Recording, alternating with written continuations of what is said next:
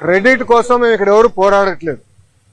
పని చేసేదానికి, ప్రజలకి పెద్ద ఎత్తున ఉద్యోగాలు, ఉపాధి కల్పించడానికి మేము అహర్నిశలు కష్టపడుతున్నాము.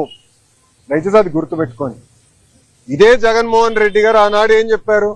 ఎర్ర బస్సు రాని ఊరికి ఎయిర్పోర్ట్ అవసరమా అని చెప్పారా లేదా? వీడియో మీరు చూసారా లేదా?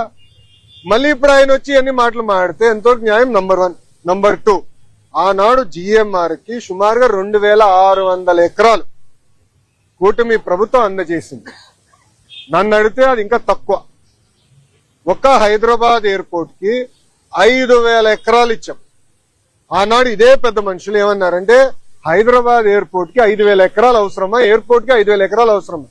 ఈ రోజు మీరు హైదరాబాద్ ఎయిర్పోర్ట్ చూడండి, అదే సమయంలో బెంగళూరు ఎయిర్పోర్ట్ చూడండి. ఈ రోజు బెంగళూరు సిటీ 2వ ఎయిర్పోర్ట్ కోసం ఎత్తుకుతున్నారు.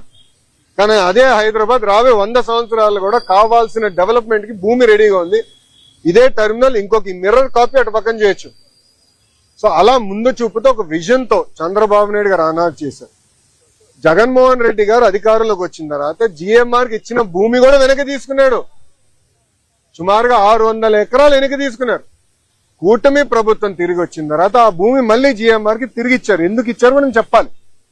కేవలం ఒక ఎయిర్పోర్ట్ లో ఫ్లైట్ ల్యాండ్ అవుతాము, ప్యాసింజర్స్ దిగుతాం, ప్యాసింజర్స్ ఎక్కి వెళ్ళిపోతాం కాదు.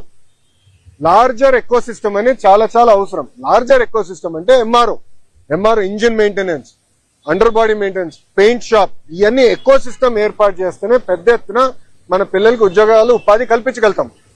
ఆ లక్ష్యంతో ఆ భూమి కూడా తిరిగి వాళ్ళకి ఇచ్చి ఎంఆర్ఓ ఏర్పాటు చేస్తున్నాం.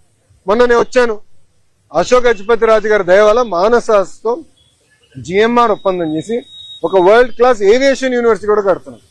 సో ఒక ఎకో సిస్టమ్ మొత్తం ఏర్పాటు చేస్తున్నాం. భయా క్రెడిట్ కావాలంటే వాళ్ళు తీసుకోమనండి, నో ఇష్యూ. దాంతో పాటు పీపీఎల్ రద్దు చేసామని క్రెడిట్ తీసుకోమనండి. అమర్ రాజని ఆంధ్ర రాష్ట్రం తరిమేసామని క్రెడిట్ తీసుకోమనండి.